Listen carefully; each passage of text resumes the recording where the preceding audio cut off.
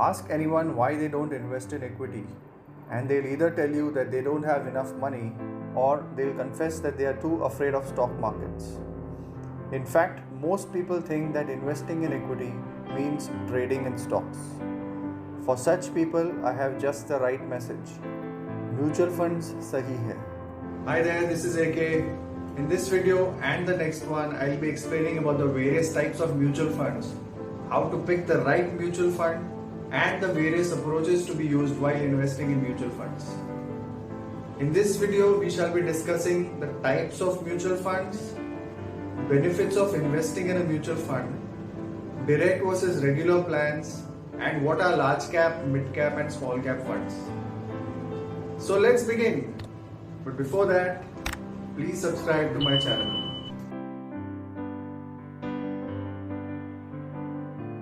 A mutual fund is a fund operated by an asset management company which pools together funds from investors and invests in debt securities, equity, and gold on behalf of its investors. How does a mutual fund work? Let's say there is a mutual fund which has an NAV of rupees 100. NAV means the net asset value of the fund, or in other words, the price of each mutual fund unit. So if a person invests rupees 500 in this fund, then this person shall receive 5 units, which is determined as rupees 500 divided by rupees 100. Now let's take a look at various types of mutual funds. Money market funds. These mutual funds are used to invest money on a short-term basis. They typically invest in money market securities such as overnight bank deposits, treasury bills, commercial papers, which are usually for less than 1 year tenor. The returns from these funds are usually in the form of capital gains, that is, when the investor redeems the investment in a fund. For people who want to know what is capital gains, please refer to my earlier video.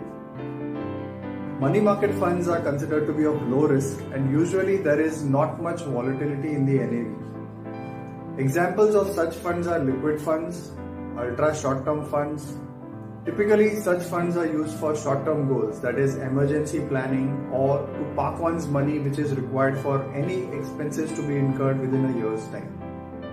Next category is debt or bond funds. Now these funds invest in debt instruments, for example fixed deposits, company debentures, government securities, etc., usually for more than 1 year tenor. The returns are earned in the form of capital gains or dividend. These funds are not considered to be very risky, as the NAV is subjected to volatility only when there are interest rate movements in the country. Now, examples of such funds are dynamic bond funds, short-term funds, etc. Now the primary purpose of debt funds is to provide income to investors. Next category is equity funds. Now these funds invest in equity shares of companies. They provide capital appreciation to investors over the medium to long term. Returns from these funds are through capital gains or dividend. The risk from such funds is medium to high, as the underlying share price movements are very volatile. Some examples of such funds are large cap funds, mid cap funds, and multi cap funds. There are other variants as well, such as index funds, which invest in shares that represent a particular index on an exchange in the same proportion as the constituents of the index. For example, if HDFC Bank has 23% weightage in Nifty 50, then a Nifty 50 index fund would invest 23% of the fund corpus in HDFC Bank shares. Equity funds are mostly used to achieve long-term financial goals. Next category is balanced funds. Now these funds invest in a mix of debt and equity instruments. For example, equity-oriented balanced funds invest 67% of fund corpus in equity shares and balance 33% in debt investments. Now the purpose of these funds is to provide a better return than debt in the medium term and be less risky than equity funds. Returns are earned through capital gains or dividend. Medium to high risk is the risk profile of these investments. There are also other categories of funds such as gold funds, which indirectly invest in physical gold. Also, there are arbitrage funds which take advantage of the price difference between the cash segment and the derivative segment of the equity share market. I will not be explaining these funds in this video, I will be explaining them in another video. Now let's have a look at what are the benefits of investing in a mutual fund? First is freedom from doing it yourself. Now, people who are not confident of investing on their own, for them mutual funds are a very reliable source of investing, as they take over the hassles of investing for any particular person. Second is diversification and access to various financial instruments. It is difficult for a common man to invest in a variety of financial instruments. For example, treasury bills, commercial papers, equity shares, all at the same time. Now, mutual funds assume the role of a conduit by pooling together investors' money and investing them in various financial instruments.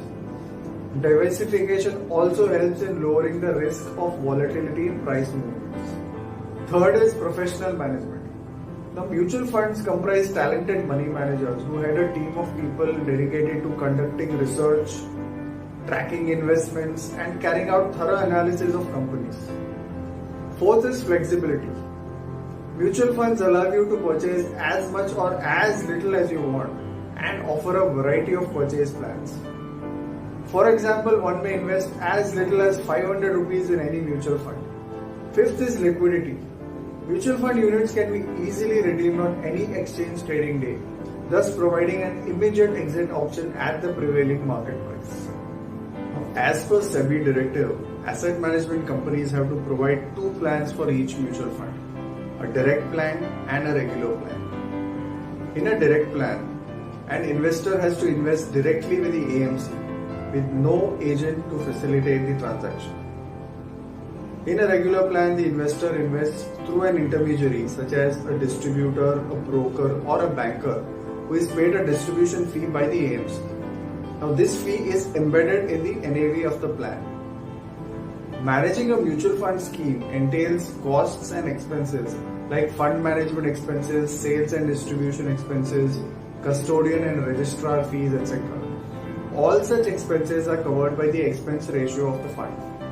Such expenses are within the prescribed limits by the regulator, which is SEBI. The direct plan has a lower expense ratio as there is no distribution fee involved, while the regular plan has slightly higher expense ratio to account for the commission paid to the intermediaries. Direct and regular plans are just two different options of the same mutual fund scheme. It is managed by the same fund manager and investments for both are in the same stocks or bonds. Thus, if an investor chooses to invest directly through the direct plan, she may get marginally higher return on account of savings in expenses, but she would not be able to avail of distribution and related services of an intermediary. So who should invest in direct plans? Investors with the capacity and knowledge to study mutual funds by doing their own research and who wish to directly deal with individual AMCs should consider investing through direct plans. The entire process of application, documentation, tracking, portfolio reviewing, compliance issues, etc. shall be taken care of by the investor. Therefore, investors who have a good knowledge of mutual funds and want to increase returns by reducing the expense ratio can consider investing in direct plans. Then why should one invest in regular plans? Identification of the correct mutual fund. Investing in a mutual fund isn't as easy as it looks. An investor has to assess his financial goals, then find the mutual fund that is expected to fulfill his goals and accordingly invest in the mutual fund. Since this is a time-taking process and most people are busy with their daily lives, an investment advisor will help find the best fit based on the investor's needs, as he will have the wherewithal to identify the requisite mutual funds. Hence, investing in a regular plan through an advisor helps the investor to identify the right mutual fund. Portfolio monitoring. Markets are dynamic. As an investor, it would be difficult to keep up with the changes in the market.